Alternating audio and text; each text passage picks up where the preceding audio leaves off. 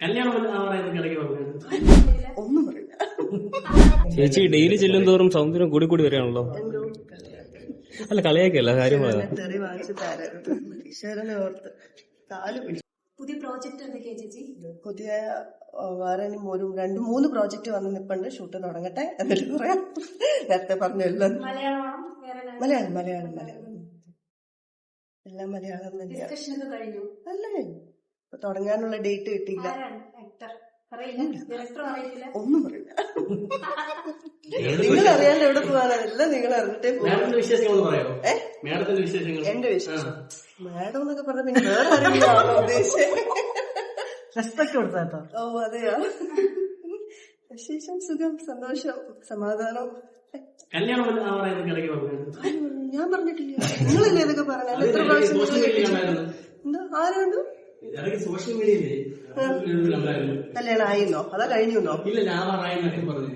കല്യാണം ആവാറായെന്നൊക്കെ പല വയസ്സ് കല്യാണം കഴിഞ്ഞു എന്നുള്ള ന്യൂസ് കണ്ടു ഞാൻ.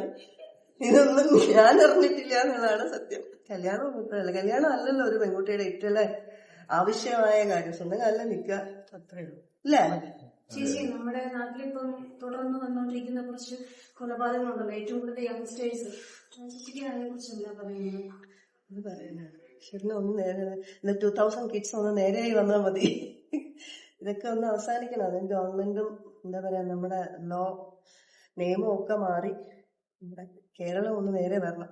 എല്ലാത്തിനും അതിജീവിച്ച് വരുന്നതല്ലേ നമ്മുടെ കേരളം ഇല്ല? എന്തൊക്കെ പ്രതിസന്ധിന്ന് ഇതിൽ നിന്നും നമ്മൾ അതിജീവിക്കും. ചേച്ചി ഇപ്പം ഒരു സിനിമ ഇൻഡസ്ട്രിയിലുള്ള ആളാണല്ലോ, അപ്പൊ ഇതില് ലഹരി ഉണ്ടോ ഇല്ലയോ? ചേച്ചി കണ്ടിട്ടുണ്ടോ? അറിവില്ല കേട്ടോ, എനിക്കറിയത്തില്ല. പിന്നെ ഉണ്ടെന്ന് പറയുന്നത് പിന്നെ എല്ലാ മേഖലയും ഇവരാരും പരസ്യമായിട്ട് വന്നിരുന്ന് യൂസ് ചെയ്യുന്നതല്ലല്ലോ. ഉണ്ടാവാതിരിക്കാൻ എനിക്കറിയത്തില്ല, ഞാൻ കണ്ടിട്ടുമില്ല. ചേച്ചി പഠിക്കുന്ന സമയത്ത് ഈ റാഗിങ് ഉണ്ടായിരുന്നു ചേച്ചി? ഞാൻ പഠിക്കുന്ന സമയത്തൊന്നും ഉണ്ടായിരുന്നിരിക്കാം, പക്ഷെ എനിക്കിതൊന്നും അനുഭവപ്പെട്ടില്ല. യോജിക്കുന്നുണ്ടോ റാഗിങ്ങിനോടോ? ഒരിക്കലും ഇല്ല.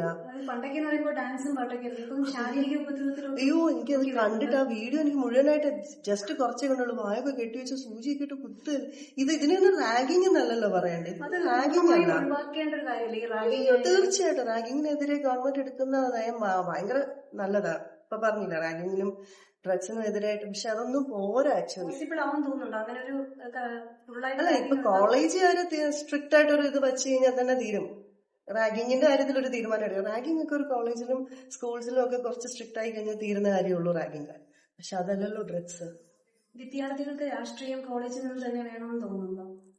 അത് അവിടുന്ന് തന്നെ ഒരു അത് പണ്ട് മുതലേ അത് വന്നേക്കുന്ന ഒരു കാര്യമല്ലേ. ഇപ്പൊ എന്താ പറയാ, അത് നല്ല രീതിയിലും എടുക്കുന്നവരുണ്ട്, മോശമായിട്ട് എടുക്കുന്നവരുണ്ട്. ഇതെല്ലാത്തിനും രണ്ട് സൈഡ് ഉണ്ട്. നാണയം പോലെ തന്നെ എല്ലാത്തിനും രണ്ട് സൈഡ് ഉണ്ട്. അതിൽ ഏതിലോട്ട് പോകണം എന്നുള്ളത് നമ്മൾ വിദ്യാർത്ഥികളാണ് ഇത് ചിന്തിക്കേണ്ടത്.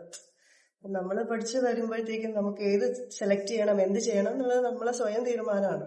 ഇപ്പോഴത്തെ കുട്ടികൾക്ക് ചെറിയ ചെറിയ പ്രശ്നം വരുമ്പോൾ തന്നെ വീട്ടിൽ ഇറങ്ങി പോവുക അല്ലെങ്കിൽ ആത്മഹത്യ ചെയ്യുക ഒരുപാട് കൂടുതലാണ്. കൗൺസിലിംഗ് കൊടുക്കുക കുട്ടികൾക്ക്. സ്കൂളിൽ തന്നെ കുറെ ടീച്ചേഴ്സ് തന്നെ കൗൺസിലിംഗ് കാര്യങ്ങളൊക്കെ കൊടുത്ത്, അല്ലെങ്കിൽ ഫാമിലി കാര്യങ്ങളൊക്കെ തന്നെ ഇതിന് വേണ്ടിയിട്ട് കുട്ടികൾ പഠിച്ചു വരുമ്പോ തന്നെ നിക്കണം.